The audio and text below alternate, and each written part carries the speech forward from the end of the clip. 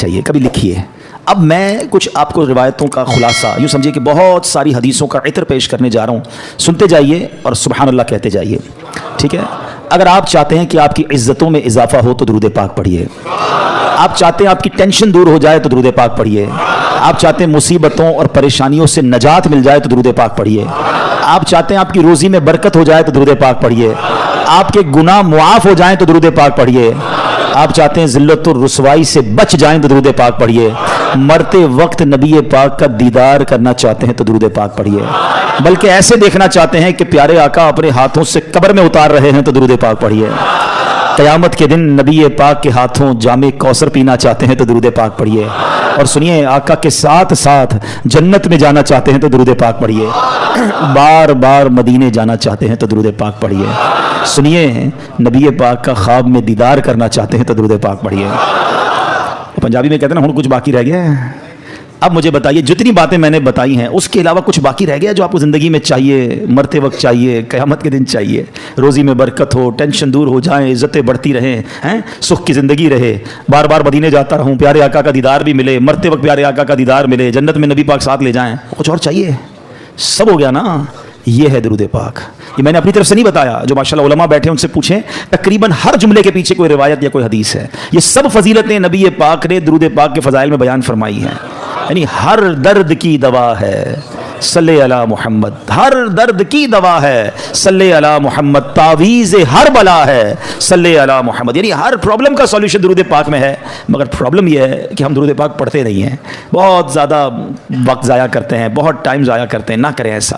درود پاک کو تھام لیں, اس کو اپنی زندگی کا حصہ بنا لیں. آپ اپنی آنکھوں سے دیکھیں گے آپ کے مسئلے حل ہو جائیں گے, آپ کی پرابلم سالو ہوگی, آپ ریلیکس فیل کریں گے اور انشاءاللہ دنیا اور آخرت کی برکتیں حاصل کریں گے. نیت کر لیں کہ انشاءاللہ آج کے بعد کثرت کے ساتھ درود پاک پڑھیں گے. صلو علی الحبیب صلی اللہ تعالی علی محمد صلی اللہ علیہ وسلم. شعبان المعظم کی 15ویں رات, شب برات. اس کو برات پتہ ہے کیوں کہتے ہیں؟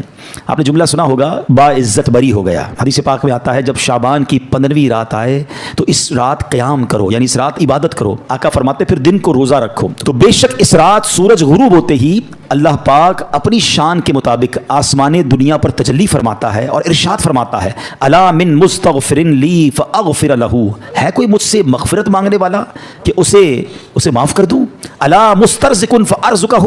ہے کوئی رزق مانگنے والا کہ اسے رزق عطا کر دوں؟ الا مبتلا فاعافیہ. ہے کوئی پریشان حال کہ میں اس کی پریشانی دور فرماؤں؟ ہے کوئی ایسا؟ طلوع فجر تک یوں ہی اعلان ہوتا رہتا ہے. پتہ اس رات کتنے بخشے جاتے ہیں؟ حدیث پاک میں آتا ہے اللہ کریم قبیلہ بنی کلب کی بکریوں کے بالوں کی تعداد کے مطابق گناہ گاروں کو جہنم سے آزاد فرماتا ہے. ہم میں سے کون ہے جو اپنے سر کے بال گن سکے؟ They are not able to count our own hair. اپنے سر کے بال نہیں گن سکتے, ایک بکری کے بال نہیں گن سکتے. قبیلہ بنی کلب کے بارے میں آتا ہے ہزاروں بکریاں پالتا تھا, وہ سب سے بڑا قبیلہ تھا جو سب سے زیادہ بکریاں پالتا تھا. اس کا مطلب کروڑ لوگ بخشے جائیں گے.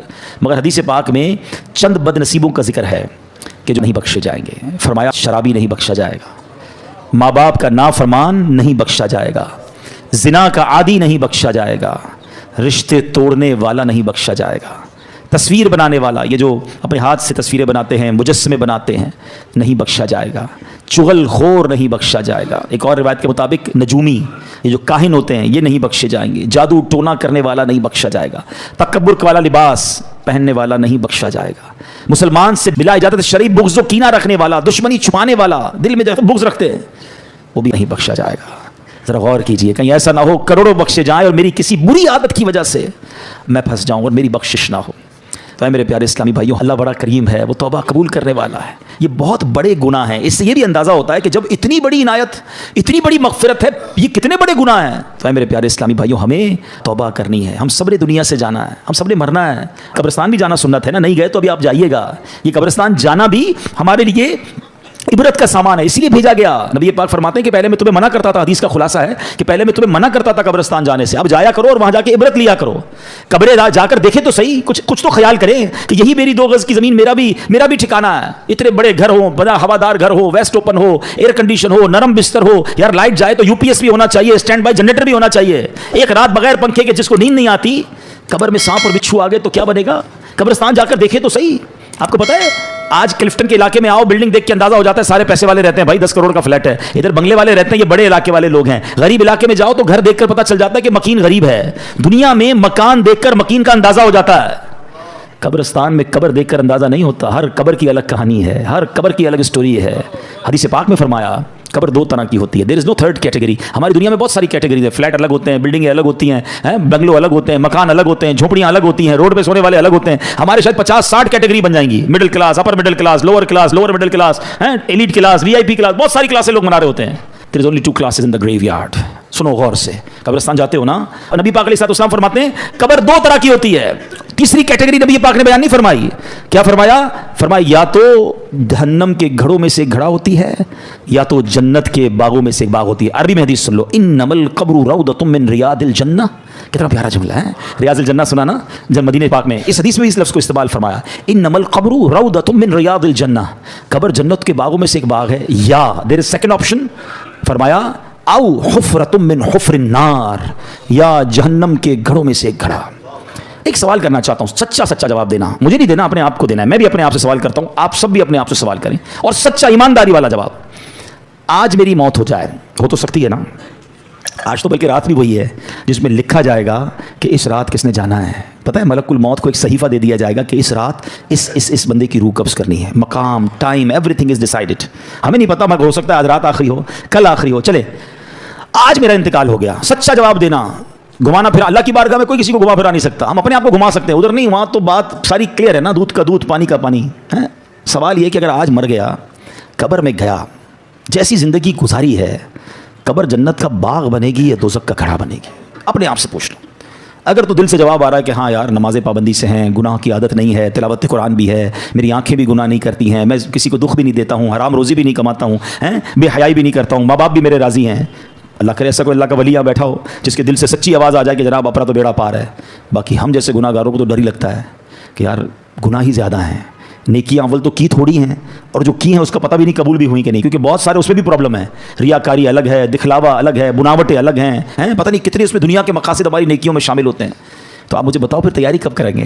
2 ہی کیٹیگریز ہیں نا, یا تو جنت کا باغ ہے یا دوزخ کا گھڑا. تو جنت کا باغ بنانے کی تیاری کب کرنی ہے ہم نے؟ ہمیں نہیں پتا اب کتنے دن رہ گئے ہیں. پچھلی شب برات میں کئی لوگ ہمارے ساتھ تھے, مگر آج وہ ہمارے ساتھ نہیں ہیں.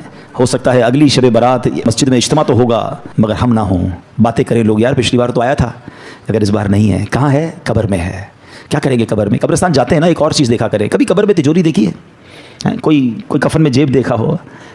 نہ تجوری ہے نہ جیب ہے. جس مال کو جمع کرنے کے لیے دن رات ایک کر دیا وہ تو جانا ہی نہیں قبر میں. تو جو قبر میں جائے گا وہ کیا جائے گا, یہ سمجھنا ضروری ہے. آپ کو پتہ ہے جب میرا اور آپ کا انتقال ہوگا نا, روایتوں میں آتا ہے مرنے کے بعد رشتہ دار کہتے ہیں میت نے پیچھے کیا چھوڑا ہے. پتہ ہے فرشتے کیا کہتے ہیں؟ میت نے آگے کیا بھیجا ہے. ایکچوئل وہی ہے جو اعمال ہم آگے بھیجیں گے, مگر فکر ہی کسی کو نہیں ہے. شب برات تو ریئلائز کر لو کہ اعمال جمع کرنے, مال ٹھیک ہے اتنا جمع کر لو جتنی دنیا گزر جائے گی, مگر یہ مال ادھر ہی رہ جائے گا. اور پھر کیسے موت اور عذاب کیسے آتا ہے, میں آپ کو ایک واقعہ سناتا ہوں. ایک شخص تھا, بادشاہ تھا, بڑا عجیب اس نے وصیت کی اپنے بیٹوں سے, میں مر جاؤں نا تو مجھے دفن نہ کرنا, مجھے ایک لوہے کا صندوق بنانا, لوہے کے, میرا جو تابوت ہے وہ لوہے کا بنانا, اس تابوت کو ایک لوہے کے صندوق میں ڈال دینا اور اس کو چھت کے ساتھ لٹکا دینا, دفن نہیں کرنا. بچوں نے کہا یہ کیسی وصیت کر رہے ہیں آپ بادشاہ سلامت؟ کہتا ہے میں یہ وصیت اس لیے کر رہا ہوں کہ میں قبر میں جاؤں ہی نہ, جب قبر میں جاؤں گا نہیں تو عذاب بھی نہیں ہوگا. اس کی اپنی منطق تھی. تو مرا تو بچوں نے اسی وصیت پر عمل کیا, لوہے کا تابوت بنایا, اس کو تالا لگایا, اس کو لوہے کے صندوق میں ڈالا, اس کو بھی تالا لگایا, پھر زنجیر سے اس کو لٹکا دیا چھت کے ساتھ. تو کہتے ہیں جب یہ سب ہو گیا تو ابھی کمرہ بند کیا, رات ہوئی تو کمرے سے آوازیں آنے لگی. سب پریشان کہ تابوت بھی بند, اس پر بھی تالا, صندوق پر بھی تالا, وہ تو لٹکا ہوا پر, لیکن اوپر سے بڑی خوفناک آوازیں آ رہی. ڈرتے ڈرتے صندوق کھولا, تابوت کھولا, تو دیکھ کر حیران رہ گئے کہ اس تابوت میں اس بادشاہ کی لاش کے اوپر ایک سانپ بیٹھا ہوا ہے, اس کے چہرے کو کاٹ رہا ہے. کوئی جگہ نہیں تھی, کوئی سوراخ نہیں تھا, وہ کیسے پہنچا اندر؟ سب حیران. اب جناب بڑی مشکل سے سانپ کو نکالا, اس کو مارا, پھر صندوق کو بند کیا, پھر لٹکا دیا. جیسے تیسے کر کے رات گزر گئی. اگلی رات پھر کمرے سے آوازیں آنے لگیں. پھر جا کے جب صندوق کھولا, تابوت کھولا, تو اس سے بڑا سانپ اس کی صندوق میں موجود تھا جو اس کو کاٹ رہا تھا. اللہ اکبر. پھر اس سانپ کو باہر نکالا, سانپ کو مارا, پھر تالا لگایا, پھر لٹکا دیا. اگلی رات پھر آوازیں. جب دیکھا تو پتہ چلا کہ اب تو اندر آگ بھڑک رہی ہے. اب بچوں کو سمجھ آ گئی کہ ہم کچھ بھی کر لیں یہ عذاب ہی ہے, اس سے چھٹکارا نہیں ہے. وہ بادشاہ کی لاش کو نکالا اور قبر میں دفنا دیا. اے میرے پیارے اسلامی بھائیوں، یہ سمجھنی ہے بات. ہو رہی ہے عمر بسلے برف کم، چپ کے رفتہ رفتہ دم بدم. برف والے کو بیچتے ہوئے دیکھا ہے؟ برف جس کے ہاتھ میں ہو اس کو بڑی ٹینشن ہوتی ہے. ایک بزرگ کہتے ہیں میں نے زندگی کا راز ایک برف والے سے سیکھا. ایک برف والا تھا. اب تو برف کم بکتی ہے، مگر پہلے آج سے کچھ سال پہلے تو بڑی بکتی تھی. رمضانوں میں اب بھی بکتی ہوگی. تو وہ کیا کہتا ہے؟ اے وہ لوگوں اس پر رحم کرو جس کا سرمایہ پگھل رہا ہے، جلدی خرید لو ورنہ کیا ہوگا؟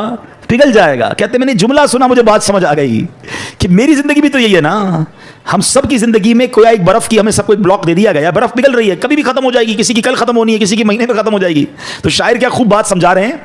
ہو رہی ہے عمر مثل برف کم، چپ کے رفتہ رفتہ دم بدم. سانس ہے ایک راہ روئے ملک عدم، دفعتن ایک روز یہ جائے گا تھم.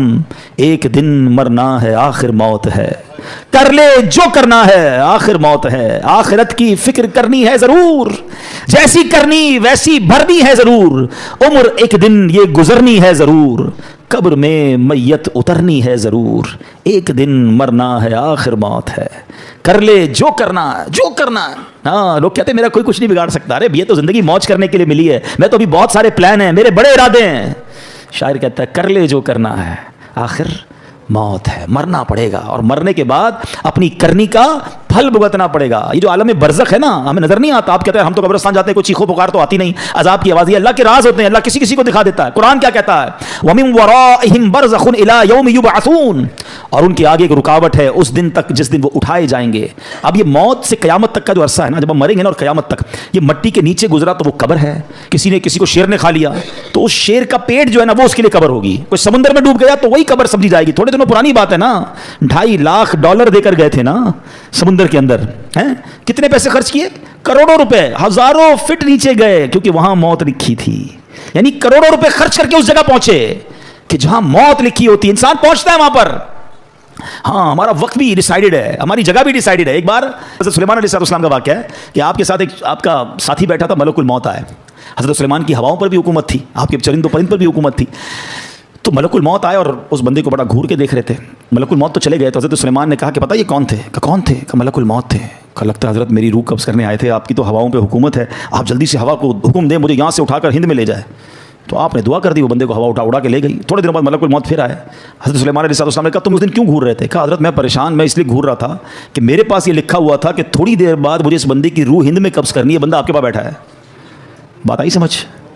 دعا کر کے وہاں پہنچایا گیا اور وہاں روح قبض کی گئی. وہ جملہ سنتے ہو نا، پہنچی وہیں پہ خاک جہاں کا خمیر تھا. ہم وہاں پہنچیں گے. یہ سمندر کے اندر گئے نہیں تھے، ان کو بلایا گیا تھا، ان کا وقت پورا ہوا تھا. جنہوں نے واقعہ پڑھا ہوگا، آج سے کچھ دنوں پرانی بات ہے، جہاز کے اندر کسی کی موت ہوتی ہے، کسی کی جنگل میں موت ہو جاتی ہے. ہم اللہ سے دعا کرتے ہیں ہمیں عافیت والی موت دینا. اللہ ڈوبنے والی، پھٹنے والی ہیں، جانوروں کے ذریعے پرخچے اڑنے والی، بم دھماکے والی موت نہیں. اے اللہ میں ایمان والی، عافیت والی، ہمارے مقدر میں مدینے والی موت لکھ دے. اے اللہ جب آخری وقت آئے ہم مدینے پہنچ جائیں، آقا کے جلووں میں، آقا کے قدموں میں، روضہ رسول کو دیکھتے ہوئے، درود پاک پڑھتے ہوئے، عشق رسول میں روتے ہوئے ہمارا دم نکل جائے. نجم کی اے خدا